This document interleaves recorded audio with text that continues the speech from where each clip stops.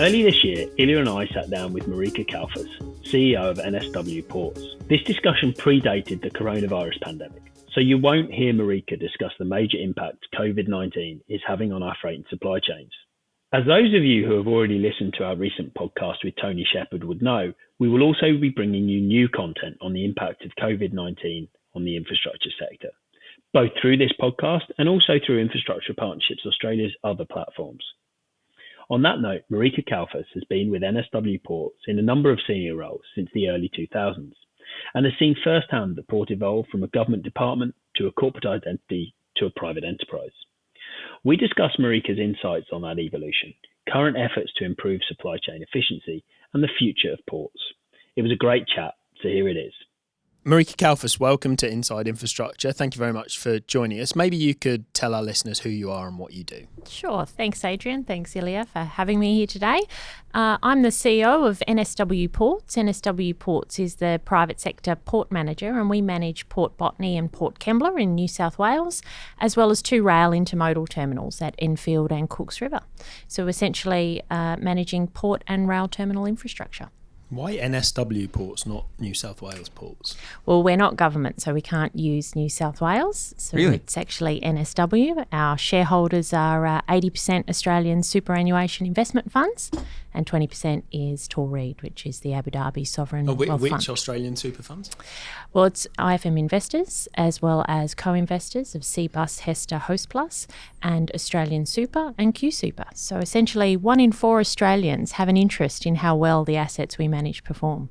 How long have you been at NSW Ports? Well, I've been with NSW Ports for the 6 years that the organisation's been in existence, coming up to 7 years this year. And you're the only CEO that NSW Ports has had. There was a CEO before. Yeah, initially there was a managing director when it was first started in May 2013. Then there was an inaugural CEO who was there for 18 months, and then I've been the second CEO and been in the role for about 4 years now. The New South Wales Government's long-term leasing and infrastructure asset recycling program. Back in May 2013, the concessions for the ports and the intermodal terminals were awarded to that consortia, which is NSW Ports. But you were with what was Sydney Ports, the entity before, for a lot longer. Yeah, so I was with Sydney Ports Corporation, the state-owned corporation. Some of the assets of that corporation ended up being part of the package of infrastructure that became NSW Ports. And I've been in the port sector for about 19 years now, so since 2001. Actually, sorry, just when you called me earlier to come up here, it comes up Marika Calfas, Sydney Ports on my phone. Yeah, I've been in the industry for a fair while, I think. I've got the contact details from way back when. Yeah. How did you come into the ports sector? Has it always been an interest? Well, I sort of fell into the sector, actually. I probably, like many people in the state, didn't really have an appreciation for ports or what ports did. So I have an environmental engineering degree by qualification, and my first role outside of undergraduate roles was with an engineering consulting firm called Sinclair Knight Mertz. Mm-hmm. It was Australia's, I think, largest at the time, multidisciplinary engineering consulting firm. And I was working there in the water resources section, so doing things around stormwater, estuaries, water cycle management, those types of things, and had a really good and varied career in there. And then, interestingly, my husband was at the table one weekend flipping through the paper, and he saw a role at Sydney Ports Corporation and said, why don't you apply for this? And I looked at the role and I said, that's not my skill set at all. And he said, oh, well, it doesn't matter, just apply. And I was very happy with Sinclair Knight. I had no reason to go and move to somewhere else. But I thought, oh, well, let's put my CV together and give it a go. And I applied, and I was unsuccessful for the role because it didn't match my skill set. But the executive... You've been trying to sort of teach them a lesson ever since? Is that the... No, they were spot on. It wasn't my skill set. I knew that. The executive there at the time, he saw my CV and he thought that maybe they could create a role for my skills. So they did. They ultimately, after 6 months of discussion, created a port planning role, and I moved into that. Wow. Yeah. And so you said that you didn't know much about ports before, like most people. I think that's fair. Like it's a sort of kind of hidden part of the infrastructure sector. We only really hear about it when it's going wrong. Maybe you could just paint a picture of what the structure of the ports and logistics space is in New South Wales, and maybe the bits of it that you own, the bits you don't, and kind of how it all works. Yeah. In 2 minutes or whatever. Kind of like an org chart. Yeah, because like there's a lot of entities involved, and it kind of gets confusing which one's responsible for what and which one owns what, etc., etc. At least in New South Wales. Oh, look, it's a very fragmented system, our supply chain. So there's lots of different organisations and lots of different parties throughout what we call the supply chain. And it takes a very long time to work out all the pieces of the puzzle. So, wouldn't be able to do it justice in 2 minutes. But fundamentally, at the port end, which is the end that we manage, you've got port land and port infrastructure. And on that infrastructure, there are stevedoring companies, and they generally handle the cargo on and off the ships. You've got the shipping lines as well, who have the cargo on board the ships, and they transport the cargo be it from overseas to Australia or from Australia exporting back overseas. So that's the port side. Then at the stevedoring terminal, trucks and trains take the cargo to and from the port. So then you've got multiple companies through those rail and truck supply chains. And then they deliver them to, it can be warehouses, it can be an actual end customer who then receives the goods and uses the goods for their purposes. I mean, in 2 seconds, that's a simplification of the supply chain. But there are many parties in between. You've got customs, you've got quarantine or biosecurity, you've got freight forwarders as well. So there's a whole range of different parties in what is quite a complex system. Each party plays their role in those supply chains. Now, you've got some supply chains in the country, and if you take mining supply chains, for example, they're quite vertically integrated. So they will do everything from the mine through to actually the port end. And in our non-mining supply chains, such as the ones that we have at NSW Ports, where we have containers, we have fuel, gas, grain, cars, it's a whole range across our two portfolios. We don't have that same level of vertical integration. You actually have a very fragmented supply chain. So in Sydney, there are 200 trucking operators. Why is that? Why is it not more integrated like it is in other states, other supply chains or other states? Or? Yeah, other states have a similar level of fragmentation, although probably not to the same degree in the trucking space. Yeah. The trucking space, I think Sydney has quite a predominance. But there are also ports in Australia that are also stevedores, right? Yeah, there are. Not too many. I think Adelaide, so Flinders Ports, and I suspect that's a historical piece, whereas in Sydney the way it worked was that it was let out as concessions to stevedores that tend to operate around the country. So we have 3 stevedores at Port Botany for containers. We have DP World, which have operations across the country, Patrick's as well, and DP World's international. Patrick's very much Australian, and we also have Hutchison, and Hutchison is the 3rd operator. They're new entrant. They commenced in 2013, and they have operations in Sydney and Brisbane. So the model with them is you're a landlord, they take possession of the leased land and do what they do. Yeah, and they load the cargo onto and off the ships. So the ports transaction, the privatisation was relatively recent, and it, I think at the time, was widely reported as a big success for New South Wales, and it didn't really attract anywhere near as much negative sentiment in the public and in the media as some of the other privatisations. What do you think was different about the ports transaction than some of the other experiences of New South Wales and other jurisdictions as well? Look, I probably can't comment on what the reaction was around ports versus other infrastructure that's been privatised in the past. But what I would say is I think ports, coming back to an earlier point, I think ports are not well understood or well known by the community, and there may have been some connection there. So people don't really appreciate how their goods end up on the shelves in the retail stores, how they end up at Bunnings or in their supermarket or in other retailers.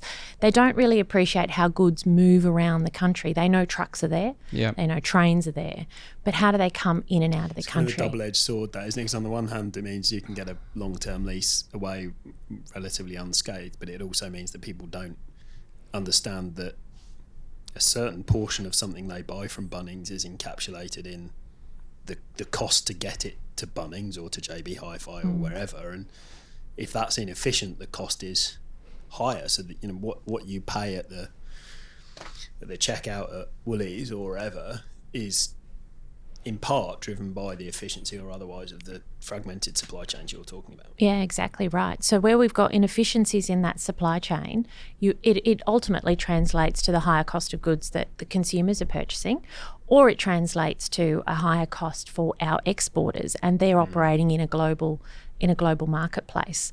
So it is really important that that overall supply chain for receiving and delivering of goods is as efficient as we can make it, because it hits all of our pockets at the end of the day. So I guess that's almost your incentive, is to keep it that efficient, is to make sure it stays out of the best function of a port is if nobody knows that it's doing a bad job. That's a great outcome, I think, in that way.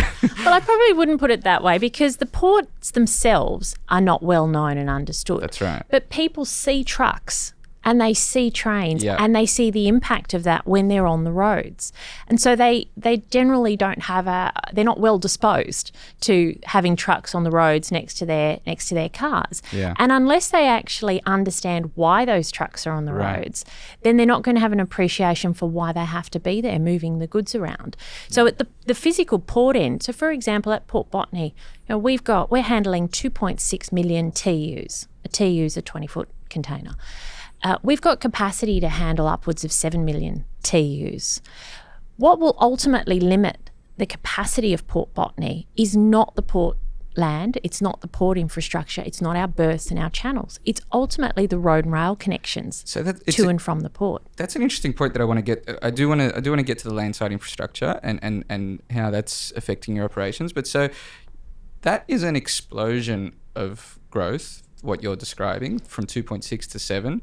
I think we've seen estimates, I don't know if they're still up to date, but INSW estimates that 7 million figure is potentially going to be hit by 2031 was one of the papers released. Is that That'd be pretty key. 2031. absolutely? Yeah. Well, That's really 7 million is whether it's 2031 or any later, is still a huge explosion in throughput. What have you got? You're saying you've got the capacity today to handle that. How have you managed to achieve that? That's a really big increase in capacity. Yeah, well, the capacity was expanded back in 2008 was when construction started to expand Port Botany to have a third stevedoring terminal. And that's been a long-term plan. And it's always important to stay ahead of capacity. But it wasn't really driven by capacity, it was driven by competitive pressures, right? Or the desire to have a third operator, rather, and you build these things, they're lumpy by definition. You build a whole terminal, not you don't build them incrementally. Yeah, I think there was multiple parts. It had already been part of a longer term plan. Originally, when Port Botany was planned to be built, it was going to be probably twice the size that it is today. They only built the first half.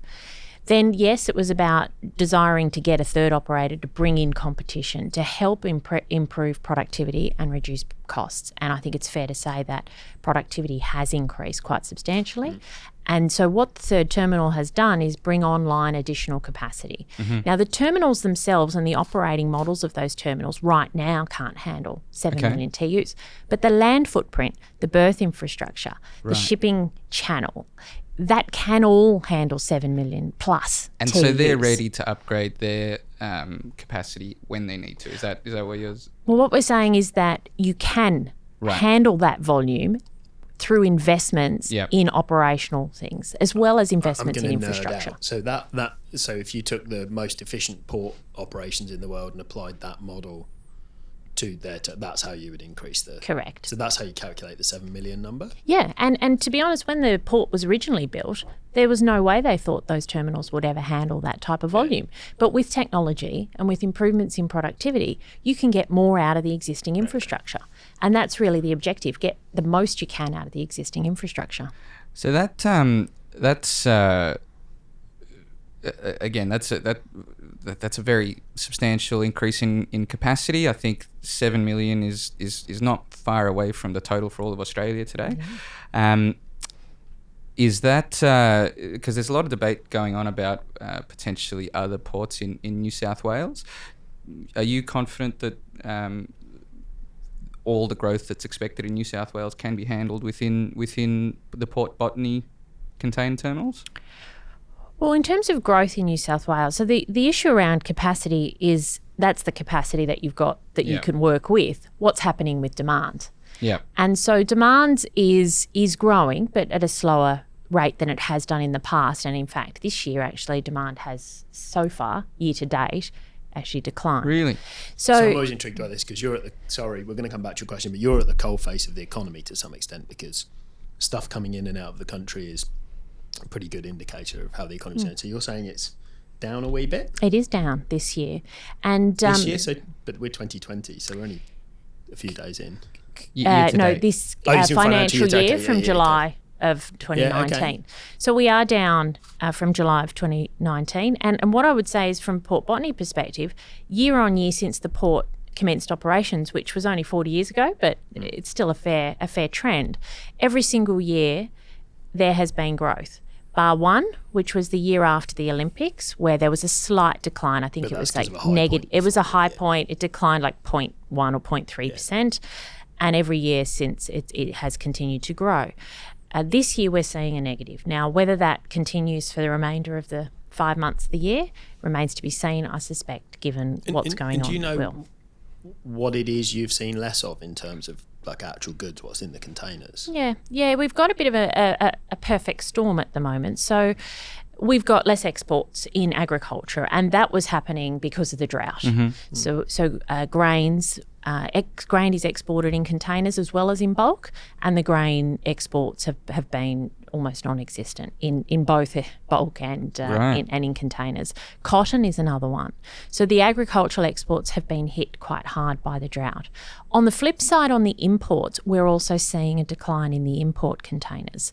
And it's in different areas, but some of the key areas are in those products that are used to furnish dwellings.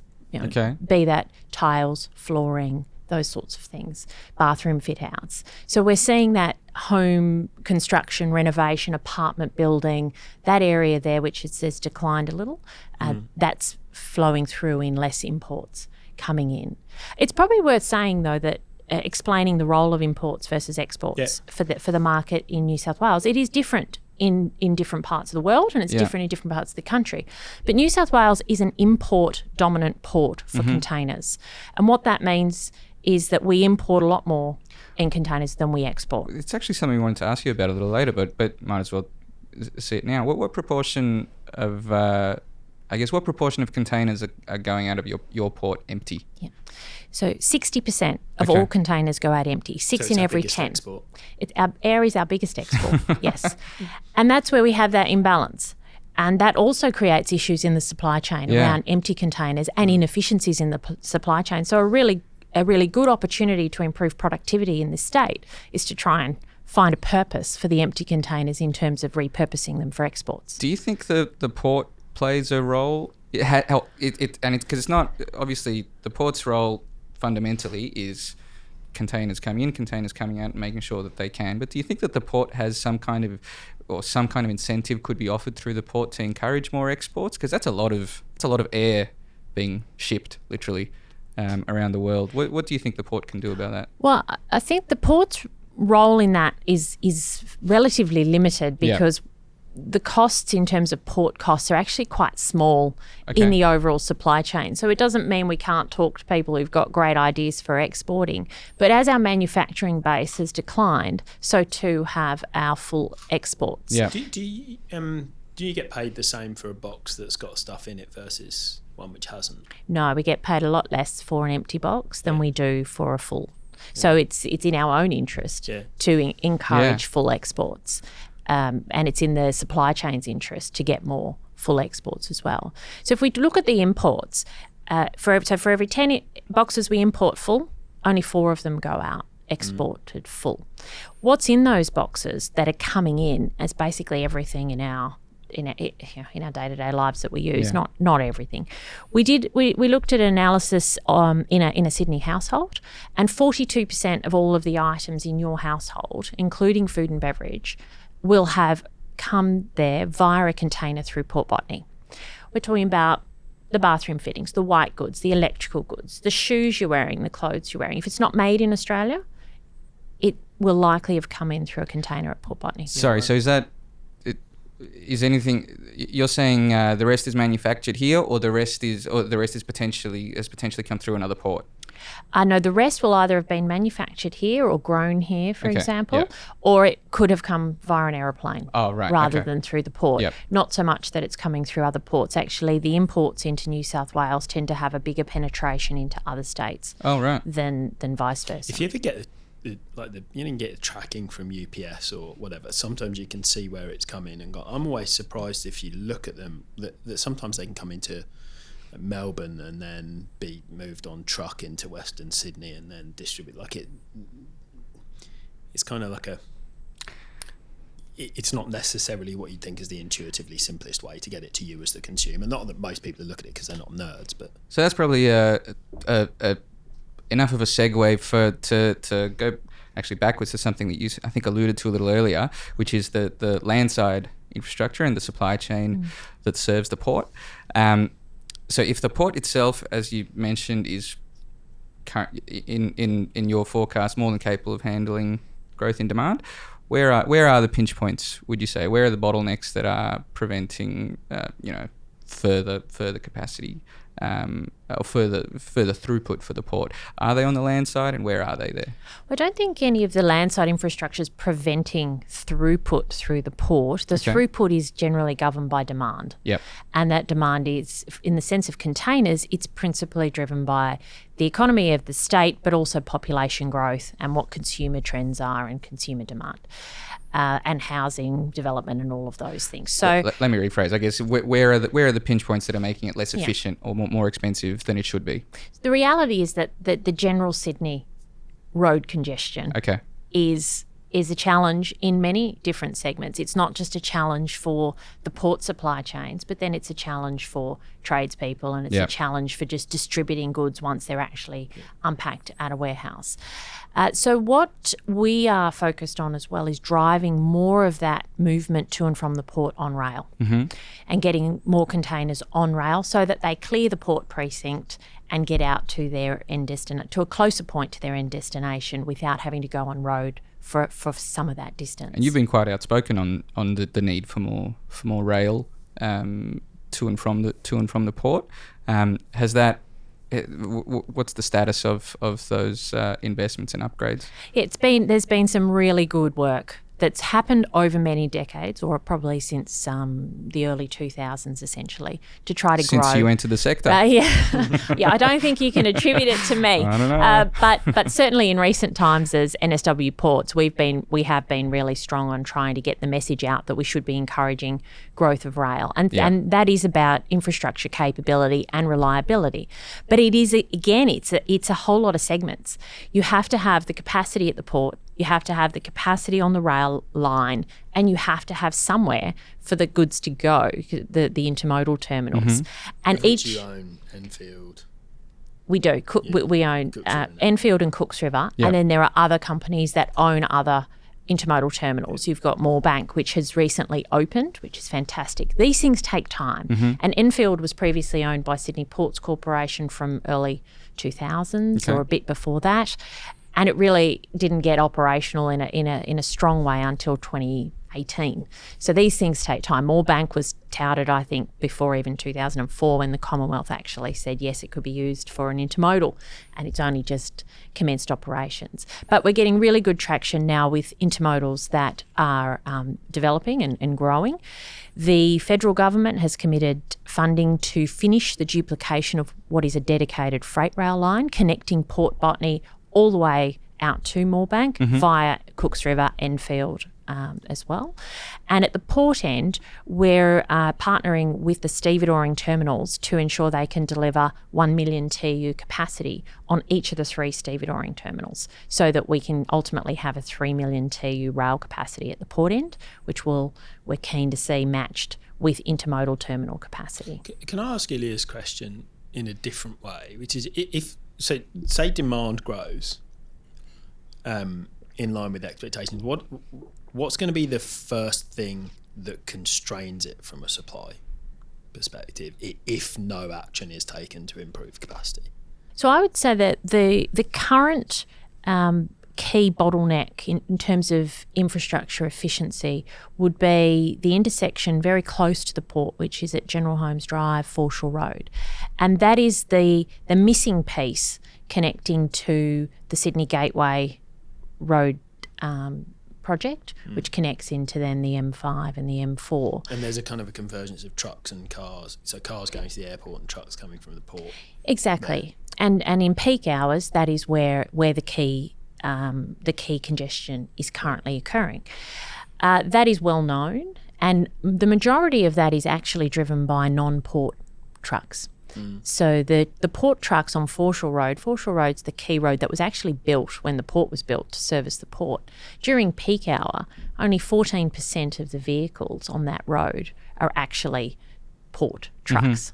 The rest are commuter vehicles, other cars, and also trucks that are servicing the residential areas in the southeastern suburbs. Yeah. So is the issue there a capacity issue or a demand management one? As in, would you? I know there's a pretty famous example in, I think it's LA, at the port in LA, where they've they've got a lot of price incentives to encourage trucks to go out of peak hour. You're not talking about road user charging, are you? Well, no, it's not a road user charging one. But are there other incentives that can be offered to resolve that issue, or does it just need a hell of a lot more lanes? I think that with peak hour in Sydney expanding in terms of the times of day, demand management is not the only solution. Right. Our port trucks tend to be quite consistent across the day, okay, and less so in the weekends, and so there's opportunities to leverage more on the weekends, but the port is open 24/7. The challenge with that and truck access in that on the weekend period is that often the receival sites aren't open. And similarly, in the nighttime periods, often the receival sites aren't open. So many of the or then the local council's got a regulation which says you can't move trucks at 2 a.m. Exactly, and they may not be open because they're not allowed to open due to the planning conditions, or you can't get trucks to that location. And so the bigger trucking companies actually have to stage their containers before they deliver them. So they take them out of the port in the off-peak hours or the weekends, night times, stage them at their depots, and then they'll distribute them during the day. Now, obviously, there's inefficiencies in that as well with double handling. So these are some of the things that are happening because of the way in which road congestion in Sydney occurs. In the case of that particular intersection I'm referring to, that is a capacity issue that will need to be addressed and is certainly well known that it needs to be addressed. It will benefit from the Sydney Gateway. So it was going to be my next question. There's obviously a mountain of new infrastructure that is opening in the sort of medium term and some of it in the short term. Will that go a pretty long way towards addressing the issues you're describing, or is there still a lot more work that needs to be done? I don't think we'll really know until it opens. It's intended to benefit the intersection by virtue of more vehicles and more trucks funneling away from that intersection and away from heading onto the M5 East. So in theory, it should have some easing of the congestion there, but I think that's just an easing of something that's already over capacity anyway, and it may only be a short-term easing. Okay. Who should pay for it? And I'm going to, before you answer that question, the airport benefits, or passengers to the airport benefit because they get better flow through to the airport, and as does freight and what have you to the airport. Your stevedores, or at least the supply chain benefits, but by extension NSW Ports benefits because there's more capacity through to the port. So kind of logic suggests maybe that you and the airport should be paying for those sorts of upgrades. I think you could look at it in a number of ways. So as I was saying, the port truck contribution is 14%. Once it gets onto General Holmes Drive, it drops down to 5%. So the port trucks, you obviously multiply by a number like 4, for example, and say, well, that's equivalent to 4 cars. So it's more than 5% in what it feels like for drivers on the road. But they're relatively, given the significance of the port to the economy, it's a relatively small component of what is overall background traffic. So I think you could look at it in multiple ways and say, ultimately, the consumer's going to pay. because the consumer pays for cost inefficiencies in the supply chain. I guess what That's you're saying is that the port maybe could pay, but only if a whole bunch of other road users were paying for that road as well. I don't know, every conversation we've had so far has actually included a road user charging component by accident, but they all lead in that direction. But it actually is an important point that there's a lot more users than just the port of those roads. Well, so it leads me on to you mentioned like the size of the economy, but Sydney, I wouldn't say it's unique, but it's special in the sense that it has got two major economic nodes, the airport and the port, in the same precinct. I presume there are benefits to that, but there's also converging congestion of people and goods trying to get to and from those places. That you're talking about a particular intersection, which is a convergence point of those two streams of traffic that aren't necessarily sort of complementary in terms of the time at which they occur. Plus, you've got commuters going through there and other things. But the extension of the question is, if you've got those two big economic nodes, two big actors in the Australian economy, and there's a constraining part of the network on both, and there's a pretty direct incentive for you guys to say, well, actually, we'll step up and unclog that. Yeah, but then you've also got to say, what has been the strategic planning around road infrastructure and public transport infrastructure in the precinct that we operate?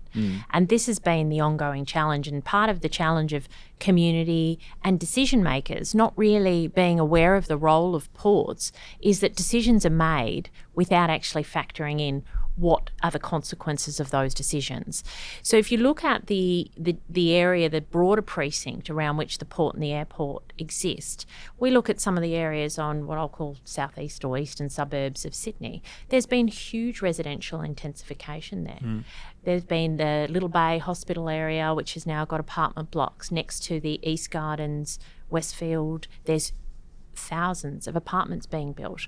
And if you look at all of that intensification of residential development and you say, what major road or public transport infrastructure has been built to service that? I can't point to anything in particular. So all of that development is funneling along the same roads. So by extension, you've got this same argument with developers. Who should be paying for the transport connectivity that connects these major areas of residential densification? And we're seeing that all around the port, that what were single dwelling, low rise houses are now multi-storey apartment blocks. And that has consequences for a lot of things, including land use, as well as the conditions that are placed on operations. And to the point where we can get noise complaints now from areas that we'd never got noise complaints before, because these high-rise developments mean that the noise is travelling from the port upwards and hitting those upper stories, and you can get it 2 kilometres away. It's an interesting point that also kind of reflects how uniquely positioned the port is to the in the city relative to some other ports around Australia and around the world. I think that probably has advantages, and also obviously the costs that you're describing now, where residential areas don't appreciate having trucks driving around.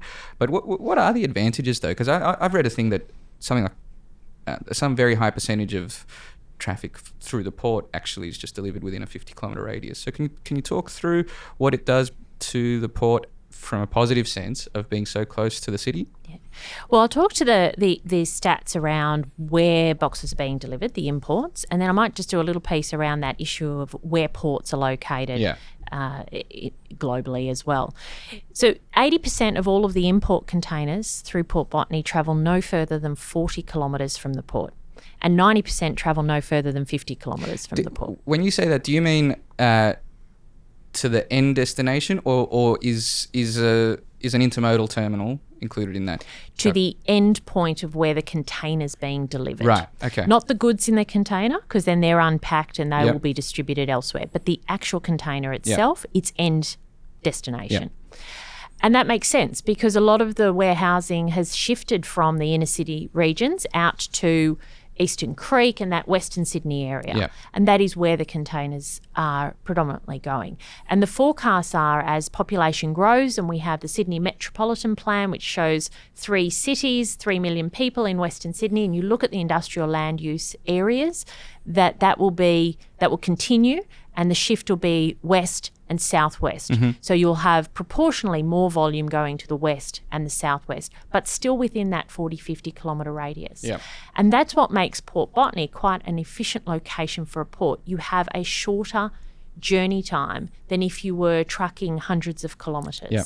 And that's where the efficiencies come in. So on balance, because the issue you were describing before, where because it makes, I can see your concerns around residential areas near the port, but ultimately they are still close to the city, so there's a lot of benefit as well. So on balance, would you say the costs of being close to the city are outweighed by the benefits of being, having shorter travel times to the ultimate destination? The benefits of being closer to your destination Yes. are substantial. Okay. Ultimately, even if you were further away, at some point you've got to come through that Exactly. Sydney network, because Yeah. you've got to come back to the location where the containers are being delivered. Yeah. And they're going to continue to be in the industrial areas in that precinct. And once the goods are unpacked, they're then distributed all over Sydney. Yeah. One of the challenges has been that as the land pricing in the city area or the Botany area has become higher and it's been subdivided into small parcels of land, it's no longer suitable for those logistics uses. The consequence is you actually have to take the boxes out west to where you do have large parcels of land. I want to talk about that as well, but it's an interesting thing that's happening in other countries. It doesn't really happen here, but there is other places have had this densification a whole lot earlier than Sydney, and they've started, I don't want to say mixed use, but at the very least there is a more intense but it's still industrial land use in other places. They might have multi-floor distribution centres. They might have some kind of commercial activity on the same. Do you see any of that happening here, or are we just heading west instead? We still have industrial land around the port. It has been declining, and one of the key challenges we've got is stopping the subdivision of that land into parcels that are too small for logistics uses. Yep. And because there is the ability to subdivide for industrial warehousing, it pushes the prices up and then makes the land uncompetitive for industrial logistics type uses. But if you look at it, you go and look at ports overseas, and it will be different in different locations. But if you take the European ports, for example, and Sydney is sort of a little mirror on that, a lot of them started with the inner, what became the cities or the urban areas started to develop up around them, and they've had the same pressure over time to relocate their ports further and further out, and a number of them have done that. Botany is the consequence of relocating out of Sydney Harbour. That's right. So the ports were originally in Sydney Harbour until containerisation came along, which was only 50 years ago.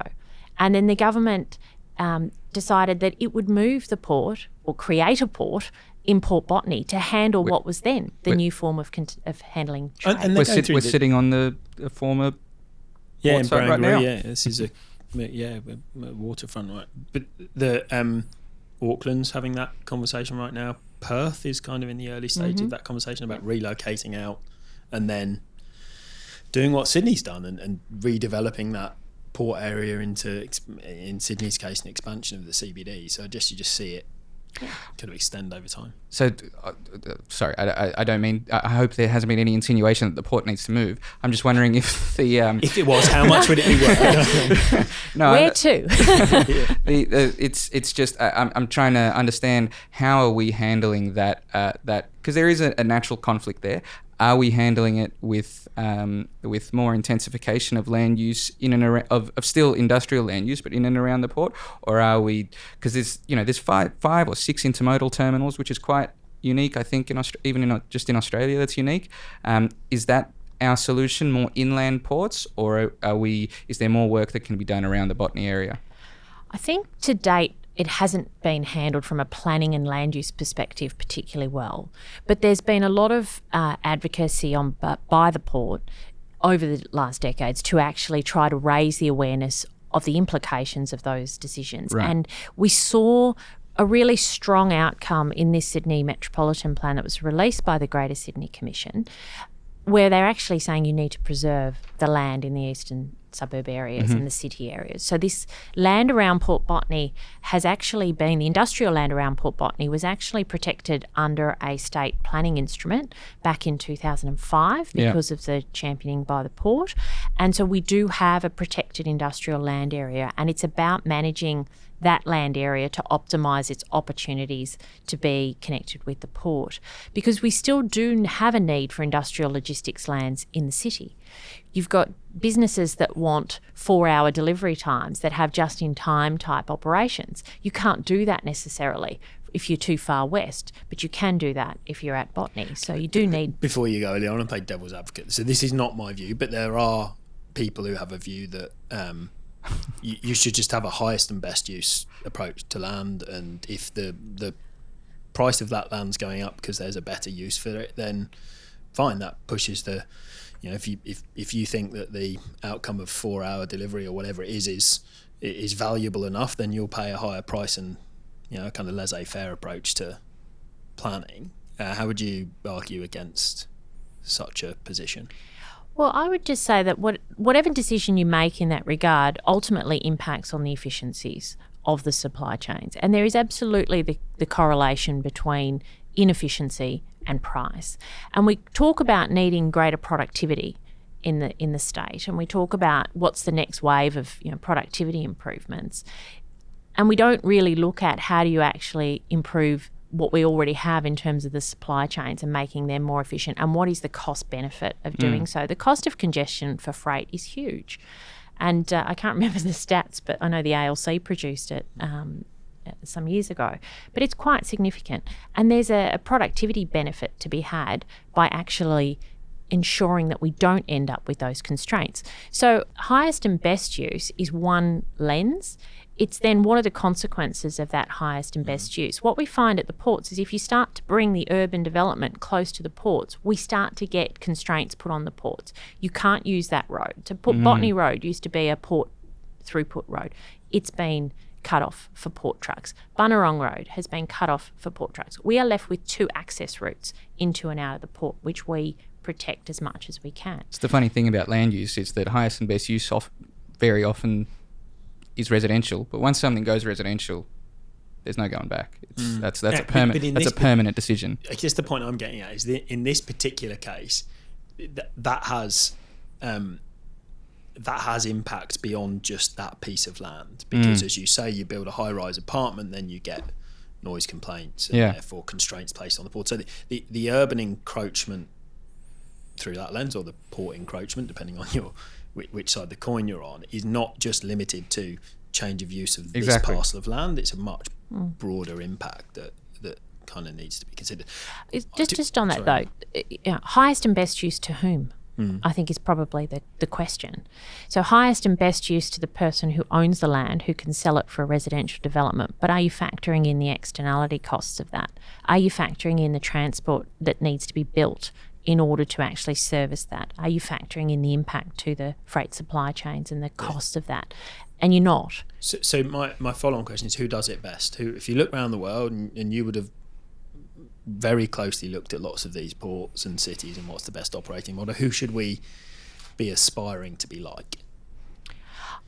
I'm very cautious in trying to say that we should follow any one particular model. And I say that because our location and our trade and our marketplace is very different. There is nowhere around the world where they would do short haul rail. And short haul is 18 kilometres like Enfield and 40, 50 kilometres like Moorebank. They don't do that. And they don't do that because they don't have the same distribution that we do, 80% of containers within 40 kilometres of the port. They don't have the import-export imbalance that we have. So I'm a bit cautious about using international comparators. What I would say, though, is there are some ports like some of the European ports, you take Rotterdam, where they have 30 to 50 year strategies around the ports that they broadly lock in, and then they develop with that purpose in mind. And I think that's where there's real opportunity, is making sure that you've got that long-term vision for the ports and the freight supply chains that get locked in. And that's part of the national freight and supply chain strategy, but very much it's part of state strategies as well, because these are state infrastructure for the benefit of the people of the state. Well, something I find interesting about that is that the airports have 20-year master plans that they're required to do under the process that privatised those airports. They have a 5-year immediate time frame and a 20-year horizon. I'm sure you would do the same thing from an internal planning perspective, but it seems they stop at the fence of the airport or the constraints of a port, and there's no sort of equal and opposite plan from a state perspective that provides the infrastructure that supports the capacity enhancements that's inside the gates of those things. Do you think that's that lack of certainty about the capacity that will support what you're intending to do inside the gate is a constraint on you from a commercial perspective or the economy? Or I think we've had some really good progress on that in New South Wales in recent years. In 2015, we released a 30-year master plan for the port. That's not something we were obliged to do. It's something we chose to do, where we set out what were the needs both within the port and outside the port in order to sustainably cater for trade growth into the future. Since that time, the state government has produced a transport plan and a freight and ports plan and the Greater Sydney plan, and a number of elements in those actually dovetail in with what we had put out in our 2015 plan. So I think there's a lot more integration of state planning with port needs, and I think the state's quite attuned to that. The challenge is always making sure that those strategies have longevity and making sure then that the funding goes with that. And you look at Port Botany being built 40 years ago, the government at the time had to relocate out of Sydney Harbour and say, we're going to set up a new port. You need vision to be able to do that. They did that. And so then you've got the vision of how do you make this an efficient supply chain. Then in the early 2000s, it was about having short-haul rail and actually using rail to service some of the market. And that, again, it's a long play. These things take a long time. The port expansion took 10 years to get approvals and build, and probably a bit more by the time it was operating, 14 years by the time it was operating. So these things have long time horizons, and you need long-term strategies that can survive the test of time. So speaking of vision and future, another area that you've been pretty outspoken about is environmental sustainability of shipping, and shipping particularly recently has been getting a lot of attention for emissions from the industry, which I think are outsized relative to economic contribution overall. Can you talk us through what that initiative is? Because I read a little bit about it, that there's a financial incentive that you offer to lower emitting ships and stuff like that. But can you talk us through, first of all, the details of what the initiative is and how it's been going as well? Well, shipping is the most sustainable form of transport for moving goods, particularly large volumes of goods. So we're already starting off a good base, but there's always improvements that can be done in the shipping world. And even at the start of this year, internationally, the shipping regulations around sulphur emissions have tightened, and it's now down to 0.5% sulphur. So shipping is getting more and more efficient, and there's some vessels looking at LNG as fuel supplies. In terms of what we're doing at our port, there is a World Ports Shipping Register that actually has a score assigned to each of the ships that are in service for those that wish to participate in that register. And that score reflects their carbon, nitrogen, sulphur, greenhouse gas emissions. And the more efficient they are, the higher the scoring that they get. There are 50-odd ports around the world, and Port Botany and Port Kembla became the first ports in Australia and the only ports in Australia to date to introduce this environmental ship incentive, that we call it. What it means is that we have a rate of financial rebates or discounts for ships that come into our ports subject to what score they have on the World Port Shipping Register. So if they have higher emissions performance, then they will get more of a rebate. If they're not registered or they're below a certain threshold, they'll get no incentive. What kind of incentive are we talking about here? Like, is it 1%, 100%, 50%, something in between? Look, I think it's different. It's different for different lines, and it depends on how frequently the vessels call. What we've said is that our incentives alone are not going to necessarily swing the dial for international lines to change which vessels call in the country. Right. But if other ports around the country come on board as well, then actually that will help to make that decision-making process with the shipping lines So have you seen more convincing. Have you seen yet any kind of change in composition of ships that are arriving? So we've seen about 500 ships already arrive and receive the incentive, which is great, and we're getting more and more vessels registering for the incentive all the time. So look, we're seeing some good change there. Now, what the shipping lines, some of the key shipping lines have said is the benefit that they get from a saving when they visit the ports, they can use that money to invest in their environmental programs. Yep. And for them, it's a really important encouragement for their companies to actually continue to invest in environmental improvements. Is it discount on the channel fee? Well, it's a little tricky. So in Port Kembla, it's a discount on the navigation charges because we charge navigation. In Port Botany, we don't charge navigation. The state, through the Port Authority of New South Wales, charges that. So we don't. Ours is essentially just a rebate back on wharfage. I wanted to just step back to probably an earlier part of the conversation. You've been with the port for 19 years.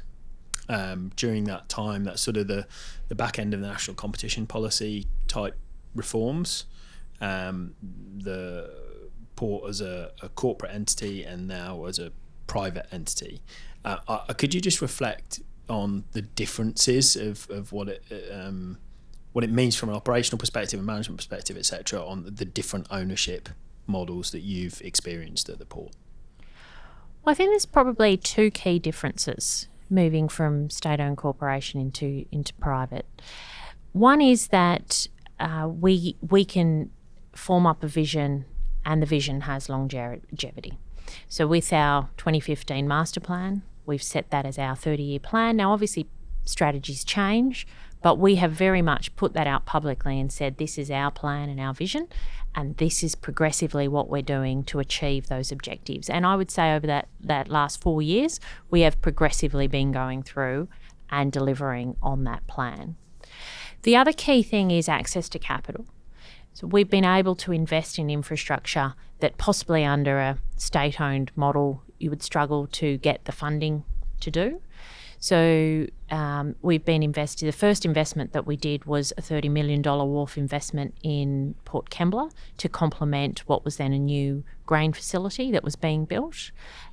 We think that it would have been more difficult under government ownership to actually get that funding. We've invested $250 million into Enfield as an intermodal and logistics hub. We've announced the first tranche of 3 sets of investment in rail, $120 million in the Patrick's terminal to actually double the capacity of rail at Port Botany, and then following on with Hutchison and DP World. In many ways, that access to capital, it seems counterintuitive because you think, well, governments have, to some extent, unlimited capacity to borrow depending on what constraints they place on themselves. You as an entity with a few large but nevertheless relatively small assets, your capacity to borrow would seem more constrained. So it's not so much a government's capacity to raise capital or willingness to do it under a different ownership model. Is that fair?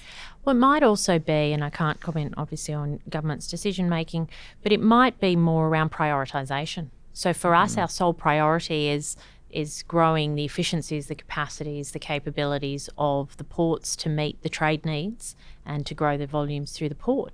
And with government, they've got a whole suite of priorities that go across multiple sectors. So perhaps that might be the change there. But certainly the investments we've been able to do, I think, have been able to be done more rapidly and under a strategic umbrella that has longevity. So it seems, if I could capture it in one sentence, it feels like it's like a clarity of purpose that's derived from private ownership has driven a lot of the improvements.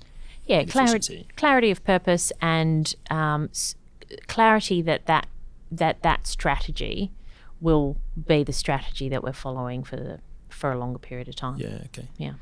Another aspect of the, I guess, an extension almost to that question is because there was a lot of reforms to operating models in the 90s and 2000s that been affected by that affected the port. A lot of You're talking about the waterfront dispute. No, specifically corporatisation, the national competition policy that you just mentioned. More recently, there's a lot of debate going on about a kind of stalled economic reform agenda, and the ports have been at the forefront of that in a lot of ways, particularly from an IR sense, but also there's a lot of ports have been doing a lot of automation earlier than just about any other sector.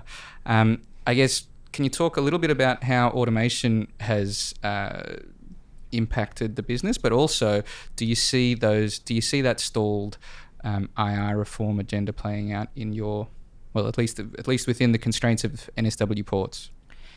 Well, I'm glad you made the point that ports have been probably ahead of the curve in terms of automation, because I agree with that, and I don't think that's well recognised. And you can go back to 1993 in Rotterdam, where they've really had the first substantive automation of terminals, and then that's just progressively rolled out across the world to the point where we now have 2 semi-automated terminals at Botany. There's one almost fully automated terminal in Melbourne. So in Australia, we're now getting hybrid models, or almost fully automated in the case of VICT in Melbourne. And look, automation is probably in a couple of areas. It's the equipment on the terminal, so that actually you've got safer working conditions, and you've got that's a really important point, by the way, that I don't think gets enough attention. That it's that automation is not all about saving cost, although that is an important benefit, but the safety impact in ports is just incredible for what comes from automation. Is that's fair to say? I think it's fair to say it's much safer where it's being automated on the terminal, and also the as I understand it from the stevedores, the wear and tear on the equipment is actually less as well. So there's that element of equipment longevity and maintenance also. It's not necessarily only about productivity. In fact, automation doesn't always lead to higher productivity, but it leads to more consistent productivity. Yep. So I think it is an element of those things, but there's also a huge amount of work going into the digital space as well, because there's been huge progress in that. We now have truck booking systems, so you book a slot to come into the port, so that we reduce the truck queues around the port, because people know when they've got to come in, and they've got to come in at a certain time. They get processed in a certain time and they leave. Same thing around rail, and all those technology pieces make a difference. And I actually think there's a huge way to go in the technology space, and there's a number of players doing that. You've got Maersk with IBM, you've got other companies working on what they call blockchain, but essentially some form of system whereby you can transfer data from a point of origin through to a point of destination, and everybody can access that, and customs can clear it, and quarantine can clear it through that system.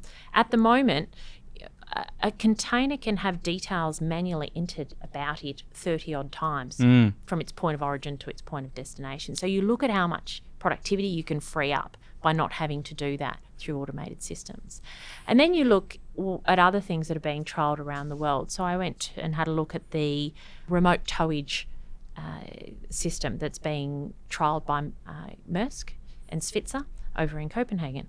And they've essentially got captains of the tugs sitting on land in a sort of Star Trek type bridge with screens all around, and the tug is out on the water, and it's being remotely operated. So does that, if I'm interpreting that right, is the level of automation, or at least productivity enhancing technology, is it so advanced in ports that you're almost post IR issues? Like they're not really the concerns that are being raised quite frequently throughout the rest of the sector aren't really affecting you all that much? So I wouldn't say that it's resolved that it's resolved the IR issues, but what it does do is it just helps in terms of painting the picture around the fact that ports aren't really static in terms of the way in which their models operate. They've moved from a very heavy labour-based operation when goods were carried in boxes and parcels and slung onto ships in nets, through to the containerisation, which again improved safety. It improved safety of the goods as well. I think it's worth reflecting on that technology and the impact it's had. Like there's an incredible book called The Box that I'm sure you've read that traces the impact of containerization on world trade. And it might be one of the most impactful technologies. And it seems quite benign, like it's a box, but it's the same size and it's consistent around the world. It's only 50 years since the introduction of it. And it's just like a massive impact on trade. Consider trying to get the world to adopt a global standard for almost anything, and they have with containers. They've adopted a global standard that just has connected the world. We were not able to be that connected, particularly with Australia being so remote as we are now. So it has revolutionised how we move goods and how we manufacture, and it's revolutionised everything. Well, if you think about just a number of different components that go into, say, a mobile phone, the capacity to have all of those things moving around the world and be able to track them at the right time in the right place to then be encapsulated in a phone and then put back on a ship to be shipped here. It seems impossible that you could do that without containerization, I suspect. Well, interestingly, the mobile phone is one of those items which the components of that travel the most around the world in order to get to the phone. And I say that because we recently partnered with the Australian Maritime Museum to deliver an exhibition called Container, and it was a free public outdoor exhibition where people could walk in and out of containers, and the 6 containers were all themed so that you got themes on ships, ports, cargo, oceans, build. And then there was one last box which you didn't walk into, but it had a glass frontage, and it was called Things. And it was a mock-up of a small living room / kitchen with a couch and a table and lamp and all of that. And it was a very simple living room. It's nothing major by any stretch of the imagination. And they mapped out how far each of the items had travelled in order to be put together and then delivered to the exhibition. And those items collectively had travelled 2.5 times to the moon. Wow. In order to get into that box. And it's a very small living room. And the iPhone, or the phone, the mobile phone, was one of the most, had the most kilometres attached to it. So we wouldn't all have smartphones if it wasn't for containers and ports? I think they'd cost a lot more, probably. We're almost coming to time. Adrian, you want to ask your... Well, that was actually really a nice moment to finish on then, wasn't it? About, how the box and the port was responsible for my phone. But we always finish on the same thing, which is... I know you're an avid listener of our podcast, so I'm expecting a good answer to this one. Marika Calfas, what's your favourite type of infrastructure and why? I had totally forgotten about this question until I listened to the last episode and went, I'm going to have to actually think of something insightful to say. So my answer is that I just like big infrastructure, and I love watching those videos on how they made the time-lapse dams and how they made things in the past as well. So anything that's big infrastructure is always fascinating. I would have to say ports have got to be incredible. When you think about building in water as well, and when we did the port expansion, you've got 640-tonne units that are built on land in precast yards that have to be placed into water. They're 20 metres high. Just the logistics of how that happens, and then you backfill behind it. So I think all of that's fascinating.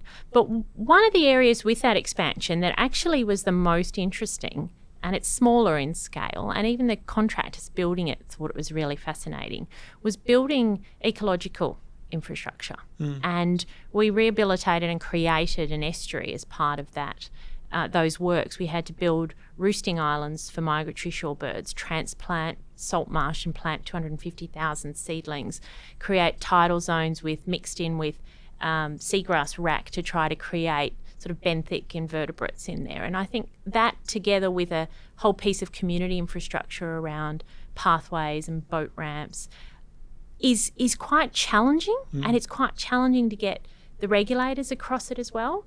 And the construction group really loved building it because it was just something really different. I think that's a really good callback to your training as an environmental engineer as well. So, Marika, thank you very much for joining us. It's been a great chat.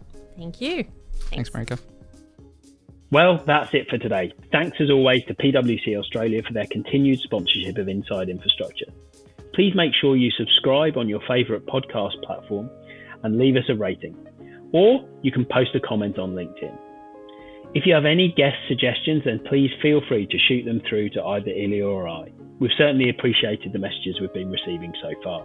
This episode was recorded and edited by Adam Stevens from TAG, PwC Australia's internal media agency. Research was conducted by Linda Bierschen, Brendan Pearce and Michael Player.